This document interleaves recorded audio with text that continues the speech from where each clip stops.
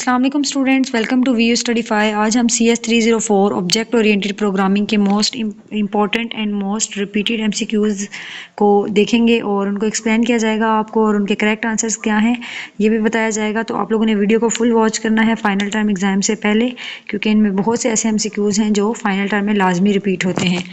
तो हमारे पास सबसे पहला क्वेश्चन है default inheritance mode in C++ classes. C++ classes में डिफ़ॉल्ट इनहेरिटेंस मोड क्या होता है? तो वो हमारे पास प्राइवेट होता है। जब हम इनहेरिटेंस लिखते हैं या बनाते हैं तो और मोड नहीं लिखते या वाजे करते तो हमारे पास डिफ़ॉल्ट मोड कौन सा होता है? वो हमारे पास प्राइवेट होता है। क्वेश्चन नंबर 2 है a template provides a convenient way to make a family of. Correct answer है हमारे पास फंक्शन एंड क्लासेस। टेम्पलेट जो है एक कौन सा ऐसा कन्वीनियंट वे, आसान तरीका हमें फ्राहम करता है किस चीज़ के लिए? तो हमारे पास टेम्पलेट हमें फंक्शंस और क्लासेस के लिए एक कन्वीनियंट वे फ्राहम करता है, क्योंकि जो टेम्पलेट होता है वो हमें जो हम जेनेरिक प्रोग्रामिंग करते हैं, अगर आपने लेक्चर्स लिए हों इस सब्जेक्ट के तो आपको पता होगा जेनेरिक प्रोग्रामिंग के बारे में। ये हमें जेनेरिक प्रोग्रामिंग करने देता है और इसमें हम एक ही कोड लिखकर मुख्तलिफ डेटा टाइप्स के लिए जो फंक्शंस और क्लासेस होते हैं ना वो बना सकते हैं। नेक्स्ट है हमारे पास कंपाइलर ऑटोमेटिकली जनरेट्स विच कंस्ट्रक्टर। कंपाइलर जो है वो ऑटोमेटिकली कौन सा कंस्ट्रक्टर जनरेट करता है? तो हमारे पास डिफ़ॉल्ट एंड कॉपी कंस्ट्रक्टर होता है जो कंपाइलर ऑटोमेटिकली जनरेट करता है। Friend function of a class are considered. Class के फ्रेंड फंक्शन को क्या समझा जाता है या कैसे कंसीडर किया जाता है? तो हमारे पास not members of the class. Class का जो फ्रेंड फंक्शन होता है वो क्लास का मेंबर नहीं होता। नेक्स्ट है हमारे पास function overriding is done in context of. Function overriding जो है वो किस लिए की जाती है? तो वो हमारे पास ड्राइव्ड एंड बेस क्लासेस के लिए की जाती है। यानी फंक्शन ओवरराइडिंग हमारे पास तब होती है जब हमारी ड्राइव्ड क्लास में वही फंक्शन दोबारा बनाया जाए जो बेस क्लास में मौजूद हो। तो ड्राइव्ड एंड बेस क्लासेस में हमारी उनके कॉन्टेक्स्ट में हमारे पास फंक्शन ओवरराइडिंग की जाती है। क्वेश्चन नंबर 6 है which inheritance type is not valid in C++। में कौन सा इनहेरिटेंस का जो तरीका है या टाइप है वो वैलिड नहीं है बल्कि रॉन्ग है? तो हमारे पास रिस्ट्रिक्टेड है, क्योंकि C++ में 3 वेज है हमारे पास, पब्लिक, प्रोटेक्टेड एंड प्राइवेट। तो जो फोर्थ वन है वो हमारे पास रॉन्ग आंसर है। क्वेश्चन नंबर 7 है target class of a virtual function call is determined at run time. किसी भी वर्चुअल फंक्शन की जो टारगेट क्लास होती है वो किस वक्त डिटरमिन की जाती है? तो हमारे पास रन टाइम में डिटरमिन की जाती है। नेक्स्ट है हमारे पास to make a pure virtual function we write. Pure virtual function बनाने के लिए हम क्या लिखते हैं? तो हमारे पास ये असाइनमेंट ऑपरेटर इक्वल का साइन होता है, सिंगल इक्वल का साइन और ज़ीरो। तो हमारे पास फोर्थ ऑप्शन जो है वो करेक्ट है। नेक्स्ट है if no constructor is defined compiler generate. अगर हमारे पास कोई भी कंस्ट्रक्टर डिफाइन नहीं किया गया तो कंपाइलर क्या जनरेट करता है? तो कंपाइलर हमारे पास इम्प्लिसिट डिफ़ॉल्ट कंस्ट्रक्टर जनरेट करता है, ताकि जो ऑब्जेक्ट है उसको हम जो उसकी स्टार्ट में की अर्ली कंडीशन थी उसमें लेके आ सकें। क्वेश्चन नंबर 10 है हमारे पास in public inheritance protected members of base class become. Public inheritance में जो हमारे बेस क्लास के प्रोटेक्टेड मेंबर्स होते हैं वो क्या बन जाते हैं? तो हमारे पास प्रोटेक्टेड बन जाते हैं। प्रोटेक्टेड मेंबर जो बेस क्लास के होते हैं वो हमारे पास प्रोटेक्टेड बन जाते हैं। 11 है हमारे पास question assignment operator by default performs. जो हमारे पास असाइनमेंट ऑपरेटर होता है वो बाय डिफ़ॉल्ट क्या परफॉर्म करता है? तो हमारे पास शैलो कॉपी परफॉर्म करता है, क्योंकि वो जो है ना वैल्यूज़ को कॉपी करता है, वो सिर्फ वैल्यूज़ को कॉपी करता है, तो वो शैलो कॉपी हमारे पास परफॉर्म करता है। क्वेश्चन 12 है हमारे पास in protected inheritance public members of base class become. Protected inheritance में जो हमारे पास पब्लिक मेंबर बेस क्लास के होते हैं वो हमारे पास प्रोटेक्टेड होते हैं। यहाँ पे क्वेश्चन नंबर 11 और 10 और 12 में थोड़ा सा डिफरेंस है कि यहाँ पे क्वेश्चन नंबर 10 में वो कह रहे हैं कि पब्लिक इनहेरिटेंस में प्रोटेक्टेड मेंबर जो हमारे बेस क्लास के होते हैं वो प्रोटेक्टेड बन जाते हैं हमारे पास, लेकिन जो प्रोटेक्टेड इनहेरिटेंस में पब्लिक मेंबर होते हैं बेस क्लास में वो भी हमारे पास प्रोटेक्टेड बन जाते हैं। क्वेश्चन नंबर 13 है हमारे पास which operator is use to access public members of a class via pointer.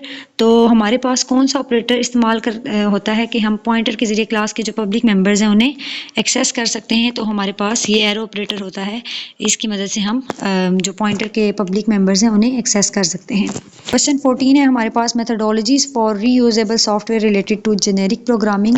यहाँ पे वो हम लोगों से पूछ रहे हैं कि रीयूजेबल सॉफ्टवेयर की जो मेथडोलॉजीज़ हैं, जो तरीक़ेकार हैं, वो किस इससे रिलेट करते हैं तो हमारे पास जेनेरिक प्रोग्रामिंग, यानी कि जेनेरिक प्रोग्रामिंग में हमें ऐसा एक कोड लिखने देती है जो मुख्तलिफ डेटा टाइप्स के लिए दोबारा हम इस्तेमाल कर सकते हैं। तो रीयूजेबल सॉफ्टवेयर को हम इससे रिलेट कर सकते हैं। क्वेश्चन 15 है, which of the following is not a type of inheritance, इनमें से कौन सी इनहेरिटेंस की टाइप नहीं है? तो हमारे पास रिस्ट्रिक्टेड इनहेरिटेंस की टाइप नहीं है, पब्लिक, प्रोटेक्टेड एंड प्राइवेट है। क्वेश्चन 16 है, dynamic binding and polymorphism achieved when member function is virtual. Dynamic binding और जो पॉलीमॉर्फिज्म है वो कब हासिल हो सकते हैं या अचीव हो सकते हैं? तो हमारे पास तब अचीव हो सकते हैं जब हम जो हमारा मेंबर फंक्शन है वो क्या हो, वो वर्चुअल हो। क्वेश्चन 17 है हमारे पास, concrete class can be instantiated. Concrete class को हम क्या कर सकते हैं, इंस्टेंशिएटेड कर सकते हैं, यानी उससे ऑब्जेक्ट बनाया जा सकता है हमारे पास। क्वेश्चन 18 है, compiler generated copy constructor performs. जो हमारे पास कंपाइलर का बनाया हुआ कॉपी कंस्ट्रक्टर होता है उस वो क्या करता है, वो हमारे पास शैलो कॉपी होती है और जो सिर्फ वैल्यूज़ को कॉपी करता है। Generic programming in C++ is done using template. C++ में जो हम जेनेरिक प्रोग्रामिंग करते हैं वो हम किसके थ्रू करते हैं, वो हम टेम्पलेट्स की मदद से करते हैं। अगेन टेम्पलेट्स में हम ऐसा कोड टेम्पलेट्स हमें ऐसा कोड लिखने देता है जो मुख्तलिफ डेटा टाइप्स के लिए हम दोबारा इस्तेमाल कर सकते हैं। क्वेश्चन 20 है, which statement is true for abstract class. कौन सी स्टेटमेंट जो है हमारे पास एब्स्ट्रैक्ट क्लास के लिए ट्रू है? तो हमारे पास एब्स्ट्रैक्ट क्लास के लिए ट्रू है, कैन नॉट बी इंस्टेंशिएटेड।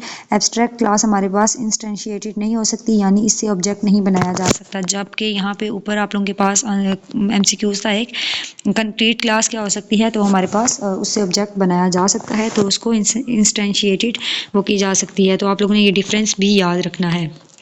क्वेश्चन 21 है आपके पास, which operator can not be overloaded. इनमें कौन सा ऑपरेटर है आपके पास जो ओवरलोडेड नहीं हो सकता? तो ये हमारे पास स्कोप रेजोल्यूशन ऑपरेटर होता है। जो क्वेश्चन 22 है, which operator always takes no argument if overloaded. कौन सा ऑपरेटर ऐसा है अगर ओवरलोडेड हो तो वो कोई आर्गूमेंट नहीं लेता? तो हमारे पास इंक्रीमेंट ऑपरेटर है। प्लस प्लस के जो दो साइन होते हैं इसको इंक्रीमेंट ऑपरेटर बोलते हैं। ऑप्शन 4 हमारा करेक्ट आंसर है। क्वेश्चन 23 है, which operator is use to overload stream insertion extraction. कौन सा ऑपरेटर ओवरलोड स्ट्रीम इंसर्शन और एक्सट्रैक्शन के लिए यूज होता है? तो हमारे पास मेंबर फंक्शन है। क्वेश्चन 24 है स्टूडेंट्स हमारे पास, which inheritance represents is a relationship. कौन सी inheritance is a relationship show करती है? तो हमारे पास public inheritance is a relationship show करती है। और इज आ का मतलब होता है कि जो हमारी ड्राइव क्लास है वो हमारी बेस क्लास की ही एक टाइप होती है। और आप लोगों ने ये जो is a relationship, has a relationship, इसके अलावा एग्रीगेशन, कंपोजिशन, इन इस कॉन्सेप्ट को लाजमी अपने एक हैंड आउट से रीड करना है और समझना है, क्योंकि ये आपके ऑब्जेक्टिव के साथ साथ सब्जेक्टिव पॉइंट ऑफ व्यू से भी इंपॉर्टेंट है। क्वेश्चन 25 है, which inheritance represents implemented in terms of relationship. तो हमारे पास प्राइवेट इनहेरिटेंस रिप्रेजेंट्स होती है implemented in terms of relationship. Question 26 है, which inheritance represents has a relationship. Has a relationship हमारे पास कौन सी इनहेरिटेंस होती है? तो हमारे पास कंपोजिशन होती है। और यहाँ पे जैसे इज आ का मतलब है कि जो हमारी ड्राइव क्लास होती है वो बेस क्लास की ही एक टाइप होती है, लेकिन यहाँ पे हैज़ आ रिलेशनशिप एक का मतलब होता है कि जो हमारी एक क्लास के अंदर हमारी दूसरी क्लास का ऑब्जेक्ट हो, तो उसको हम कहते हैं हैज़ आ रिलेशनशिप। तो हैज़ आ रिलेशनशिप कंपोजिशन को शो करती है। क्वेश्चन 27 है, which inheritance represents is special kind of relationship. कौन सी इनहेरिटेंस रिप्रेजेंट करती है स्पेशल काइंड ऑफ रिलेशनशिप को? तो हमारे पास करेक्ट आंसर है public inheritance special kind of relationship को शो करती है। और क्वेश्चन 28 है, which keyword precedes template argument. कौन सा कीवर्ड है जो टेम्पलेट आर्गूमेंट से पहले आता है? तो हमारे पास टेम्पलेट आर्गूमेंट से पहले हमारे पास क्लास और टाइप कीवर्ड आ जाता है। यहाँ पे फोर्थ ऑप्शन हमारे पास करेक्ट है। टेम्पलेट में हम लोग डेटा टाइप डिफाइन करने के लिए क्लास या फिर टाइप नेम कीवर्ड इस्तेमाल करते हैं। ये आप लोगों ने याद रखना है टेम्पलेट में जो डेटा टाइप होती है उसको डिफाइन करने के लिए। क्वेश्चन 29 है, which keyword is use to declare abstract function. कौन सा कीवर्ड एब्स्ट्रैक्ट फंक्शन को डिक्लेयर करने के लिए इस्तेमाल होता है? तो हमारे पास फोर्थ आंसर वर्चुअल विद, ये असाइनमेंट ऑपरेटर इक्वल का साइन और 0 करेक्ट आंसर है। इसके साथ हम लोग एब्स्ट्रैक्ट फंक्शन को डिक्लेयर करते हैं। क्वेश्चन 30 है हमारे पास, which keyword is use for used for dynamic binding, dynamic binding के लिए कौन सा कीवर्ड यूज होता है, तो हमारे पास वर्चुअल कीवर्ड यूज होता है डायनेमिक बाइंडिंग के लिए। और डायनेमिक बाइंडिंग का ये मतलब होता है कि हम लोग जो हमारे फंक्शन का डिसीजन है वो हम रन टाइम पर हो, और जो सी प्लस प्लस में डायनेमिक बाइंडिंग जो है वो वर्चुअल फंक्शन के थ्रू ही होती है। तो डायनेमिक बाइंडिंग और वर्चुअल फंक्शन एक साथ ही आते हैं हमारे पास। वर्ड जब डायनेमिक बाइंडिंग की बात हो और आपके पास ऑप्शन वर्चुअल फंक्शन हो, तो आप लोग ने इसको ये आप लोगों के पास एक हिंट है कि dynamic binding C plus plus में वर्चुअल फंक्शन के थ्रू होती है, तो यही आपका करेक्ट आंसर है। क्वेश्चन 31 है which keyword is use for static binding, static binding के लिए हम कौन सा कीवर्ड यूज करते हैं, तो स्टैटिक बाइंडिंग के लिए कंपाइल टाइम कीवर्ड यूज होता है, क्योंकि ये वो बाइंडिंग होती है जिसका हम लोग डिसीजन जो है वो कंपाइल टाइम पे ही हो जाता है और इसमें कोई भी वर्चुअल फंक्शन यूज नहीं होता।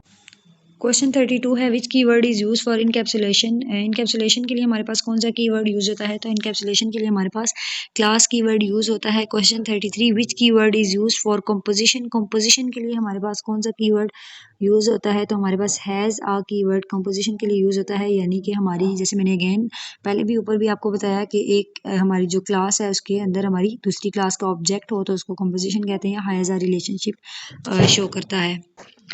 क्वेश्चन 34 है हमारे पास which keyword is use for aggregation, aggregation के लिए कौन सा कीवर्ड यूज होता है, तो पार्ट ऑफ कीवर्ड हमारे पास एग्रीगेशन के लिए यूज होता है, जो पार्ट ऑफ रिलेशनशिप को शो करता है। और इसमें हमारे पास जो ऑब्जेक्ट्स होते हैं वो एक दूसरे पर मुकम्मल डिपेंडेंट नहीं होते। जो कंपोजिशन है उसके अंदर हमारी एक क्लास के अंदर दूसरी क्लास का ऑब्जेक्ट होता है, जबकि जो एग्रीगेशन है इसमें हमारे एक ऑब्जेक्ट जो है एक दूसरे पर मुकम्मल डिपेंडेंट नहीं होते। तो is a, has a, aggregation, part of, इन सब का डिफरेंस आप लोगों ने लाजमी याद रखना है।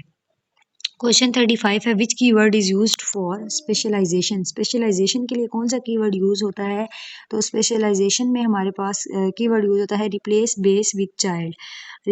फोर्थ ऑप्शन हमारे पास करेक्ट है। और स्पेशलाइजेशन में जो हमारी बेस क्लास होती है ना उसको हम चाइल्ड क्लास से रिप्लेस कर देते हैं, तो हमारे पास जो चाइल्ड क्लास होती है वो ज़्यादा स्पेसिफिक हो जाती है। तो स्पेशलाइजेशन के लिए replace base with child, base को चाइल्ड से रिप्लेस कर देते हैं, तो ये कीवर्ड हमारे पास यूज होता है ऑप्शन 4। क्वेश्चन 36 है which keyword is use for सब टाइपिंग, सब टाइपिंग के लिए कौन सा कीवर्ड यूज होता है, तो हमारे पास सब टाइपिंग के लिए base replaced by derived, base replaced by derived हमारे पास सब टाइपिंग के लिए यूज होता है। इसमें हम सब टाइपिंग में हम जो बेस होती है उसको ड्राइव क्लास की जगह, base replace by drive, base को हम ड्राइव क्लास पे रिप्लेस कर देते हैं, यानी ड्राइव क्लास को बेस क्लास की जगह हम लोग इस्तेमाल करते हैं। जो हमारे पास क्वेश्चन 35 है इसमें हम लोग चाइल्ड क्लास को बेस क्लास को चाइल्ड क्लास से रिप्लेस कर देते हैं, यानी जो हमारी चाइल्ड क्लास है वो हम यूज़ करते हैं स्पेशलाइजेशन के लिए। और यहाँ पे सब टाइपिंग में हम क्या करते हैं कि जो हमारी ड्राइव क्लास होती है उसको बेस क्लास से की जगह इस्तेमाल किया जाता है। क्वेश्चन 37 है which keyword is used for polymorphism, polymorphism के लिए कौन सा कीवर्ड यूज होता है, तो डायनामिक बाइंडिंग पॉलीमॉर्फिज्म के लिए यूज होता है। क्वेश्चन 38 है which keyword is used for virtual inheritance, virtual inheritance के लिए कौन सा कीवर्ड यूज होता है, तो वर्चुअल कीवर्ड वर्चुअल इनहेरिटेंस के लिए इस्तेमाल होता है। और वर्चुअल इनहेरिटेंस डायमंड प्रॉब्लम्स जो होती है ना हमारे पास उनको हल करने के लिए इस्तेमाल होती हैं। अगेन स्टूडेंट्स आप लोगों ने वीडियो को बार बार वॉच करना है, क्योंकि इसमें हर जो मुख्तलिफ चीज़ों के कीवर्ड्स पूछे हुए हैं तो वो आप लोगों ने जब 2-3 बार वीडियो को देखेंगे या स्क्रीनशॉट लेके रख लेंगे, उनको रीड कर लेंगे पेपर से पहले, तो आपका ऑब्जेक्टिव पार्ट जो है वो अच्छे से हो जाएगा। और आई होप कि आप लोग अच्छे मार्क्स गेट करेंगे।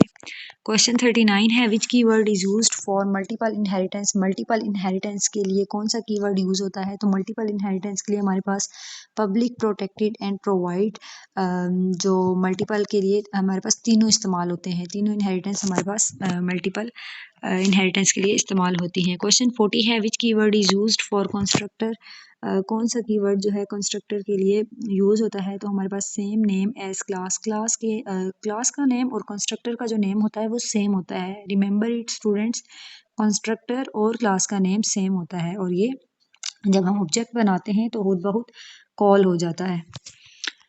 Question 41 which keyword is use for destructors, destructors के लिए कौन सा कीवर्ड यूज होता है, तो हमारे पास टिल्ड सिंबल और क्लास नेम डिस्ट्रक्टर के लिए कीवर्ड यूज होता है। और जो हमारे पास आपने याद रखना है कि डिस्ट्रक्ट जहाँ पे टिल्ड का ये ऑप्शन 4 में जो हमारे पास रेड कलर में है, करेक्ट आंसर ऑप्शन 4, इसमें टिल्ड सिंबल आ जाए तो आपने समझ जाना है कि ये डिस्ट्रक्टर, यहाँ पे डिस्ट्रक्टर की बात हो रही है। और साथ हम लोग क्लास नेम मेंशन करते हैं, पहले हम ये सिंबल लगाते हैं टिल्ड का एंड देन क्लास नेम लिखते हैं, और ये ऑब्जेक्ट खत्म होने पर कॉल हो जाता है। कंस्ट्रक्टर जब हम ऑब्जेक्ट बनने पर खुद ब खुद कॉल होता है, और ये ऑब्जेक्ट खत्म होने पर कॉल होता है।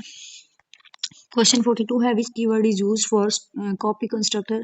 कौन सा कीवर्ड कॉपी कंस्ट्रक्टर के लिए यूज होता है? तो कॉपी कंस्ट्रक्टर के लिए हमारे पास फोर्थ ऑप्शन करेक्ट है, class name, const class name and ampersand का सिंबल जो रेफरेंस ऑपरेटर भी है, तो ये हमारे पास यूज होता है कॉपी कंस्ट्रक्टर के लिए। और जो कॉपी कंस्ट्रक्टर है वो एक ऑब्जेक्ट को दूसरे ऑब्जेक्ट में कॉपी करने के लिए हम लोग इस्तेमाल करते हैं।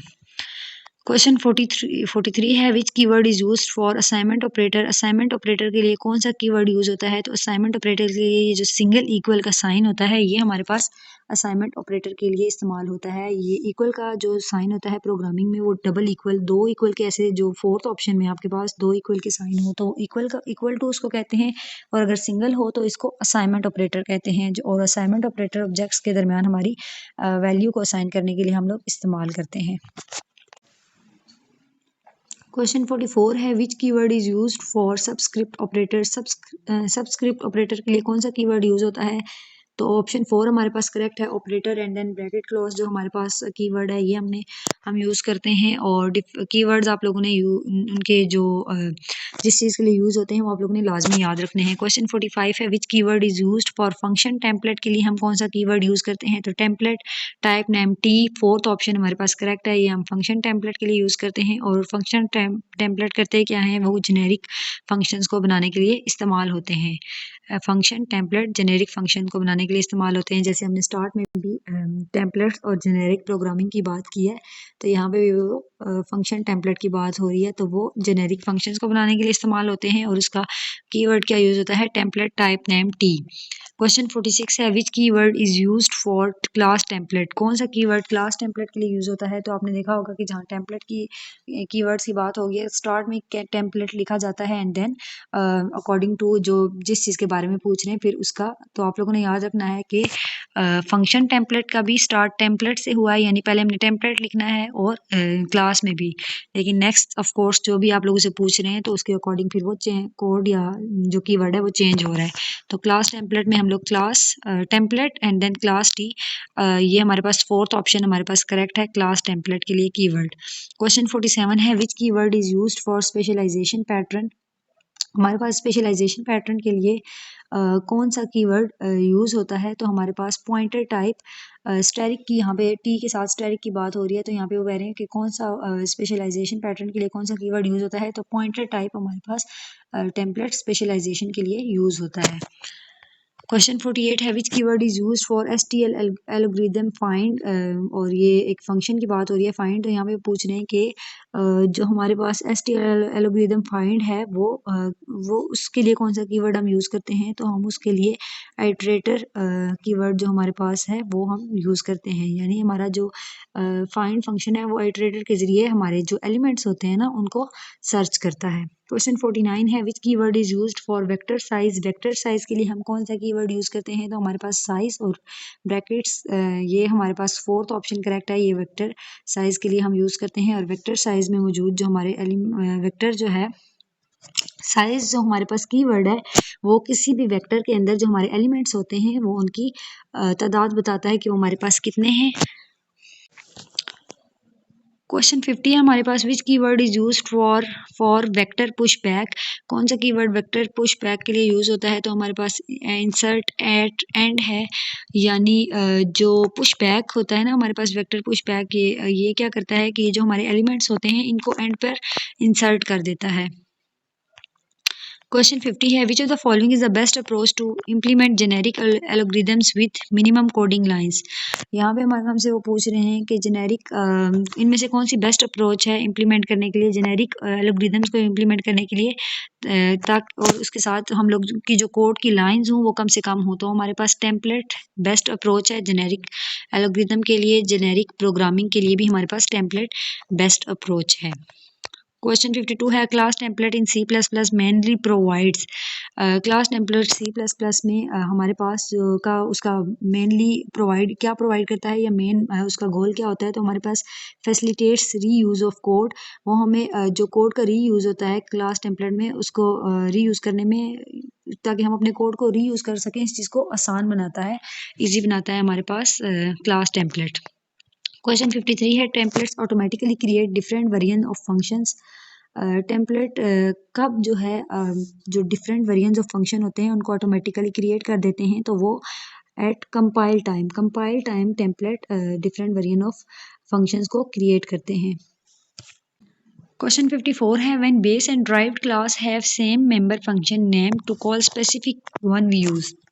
जब हमारी बेस और ड्राइव क्लास के सेम मेंबर फंक्शन नेम हो, उनके मेंबर फंक्शंस के नेम सेम हो, तो एक स्पेसिफिक इन दोनों में कोई भी स्पेसिफिक यूज़ करने के लिए को कॉल करने के लिए हम क्या यूज़ करते हैं इनमें, तो हमारे पास करेक्ट आंसर है स्कोप रेजोल्यूशन ऑपरेटर। जब हमारे पास हमारे बेस और ड्राइव क्लास के मेंबर फंक्शंस का नेम सेम हो, तो एक स्पेसिफिक फंक्शन को कैसे कॉल करेंगे हम, तो इसके लिए हम लोग क्या यूज़ करते हैं, स्कोप रेजोल्यूशन ऑपरेटर। और स्कोप रेजोल्यूशन ऑपरेटर बेस या ड्राइव क्लास का जो फंक्शन होता है उसको सिलेक्ट करने देता है हमें। क्वेश्चन 55 है resolution order in which compiler searches function priority is given to complete specialisation. इसमें वो ये पूछ रहे हैं कि रेजोल्यूशन ऑर्डर होता है जिसमें कंपाइलर सर्चेस जो फंक्शंस होते हैं वो उसमें प्रायोरिटी अवलियत किस चीज़ को दी जाती है, तो हमारे पास कंप्लीट स्पेशलाइजेशन को दी जाती है, क्योंकि कंप्लीट स्पेशलाइजेशन सबसे पहले कंपाइलर को जो है वो प्रायोरिटी देता है कि उसे मौका देता है। क्वेश्चन 55 है resolution order in which compiler searches function priority is given to complete specialisation. Template resolution में किसको तरजीह दी जाती है, तो हमारे पास कंप्लीट स्पेशलाइजेशन को तरजीह दी जाती है, क्योंकि वो सबसे पहले कंपाइलर को ही मौका देता है या कंपाइलर को ही तरजीह देता है। क्वेश्चन 56 है when is a constructor called. Constructor कब कॉल्ड होता है, तो हमारे पास फोर्थ आंसर करेक्ट है during instantiation of a new object. Constructor जो है वो न्यू ऑब्जेक्ट जब ऑब्जेक्ट बनाते वक्त कॉल होता है हमारे पास। क्वेश्चन 57 है, यहाँ पे आप लोगों को एक एरे दिया गया है और आपको पॉइंटर और उसके साथ एक ऑब्जेक्ट के बेसिकली असाइनमेंट ऑपरेटर के बाद अगर आप देखें तो यहाँ पे एक ऑब्जेक्ट क्रिएट किया गया है और बताया गया है कि जब आपको पता है जब ऑब्जेक्ट क्रिएट किया जाता है तो वहाँ पे कंस्ट्रक्टर जो है वो ऑटोमेटिकली कॉल होता है। तो यहाँ पे पूछ रहे हैं the default constructor is called. Default constructor आपके पास कितनी दफ़ा कॉल होगा, तो यहाँ पे ऑब्जेक्ट जितने आपके पास ऑब्जेक्ट होते हैं उतनी ही दफ़ा आपका डिफ़ॉल्ट कंस्ट्रक्टर कॉल होता है, उतनी बार। तो यहाँ पे आपके 10 ऑब्जेक्ट्स हैं, तो यहाँ पे आप लोगों का डिफ़ॉल्ट कंस्ट्रक्टर जो है वो 10 टाइम्स ईच कॉल होगा। क्वेश्चन 58 है if roll number is a const data member correct definition of show is. अगर रोल नंबर हमारे पास कॉन्स्ट डेटा मेंबर है तो उसके लिए कौन सा करेक्ट फंक्शन होगा या डेफिनेशन होगी शो के लिए हमारे पास, तो ऑप्शन 4 हमारे पास करेक्ट सिंटैक्स है इंट शो कॉन्स्ट और करली ब्रेसेस में रिटर्न रोल नंबर।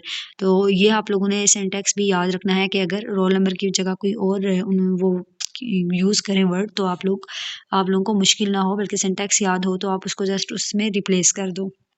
क्वेश्चन 59 है विच members lie between public and private. Public और प्राइवेट के दरमियान कौन सा एक्सेस लेवल होता है या कहाँ कौन से मेंबर्स लाई करते हैं, तो हमारे पास प्रोटेक्टेड मेंबर्स लाई करते हैं। क्वेश्चन 60 है a base class member redefined in drive class is known as. Base class के जो मेंबर ड्राइव क्लास में रीडिफाइंड होते हैं उनको हम क्या कहते हैं, तो उनको हम ओवरराइडिंग कहते हैं, या उस चीज़ को क्या कहते हैं, तो उसको ओवरराइडिंग करना कहते हैं। तो यहाँ पे आप लोगों के जो 60 MCQs थे CS 304 के वो कंप्लीट हो गए हैं। तो आप लोगों ने वीडियो को अच्छे से वॉच करना है। अगर आपका कोई क्वेश्चन हो तो आप कमेंट कर सकते हैं।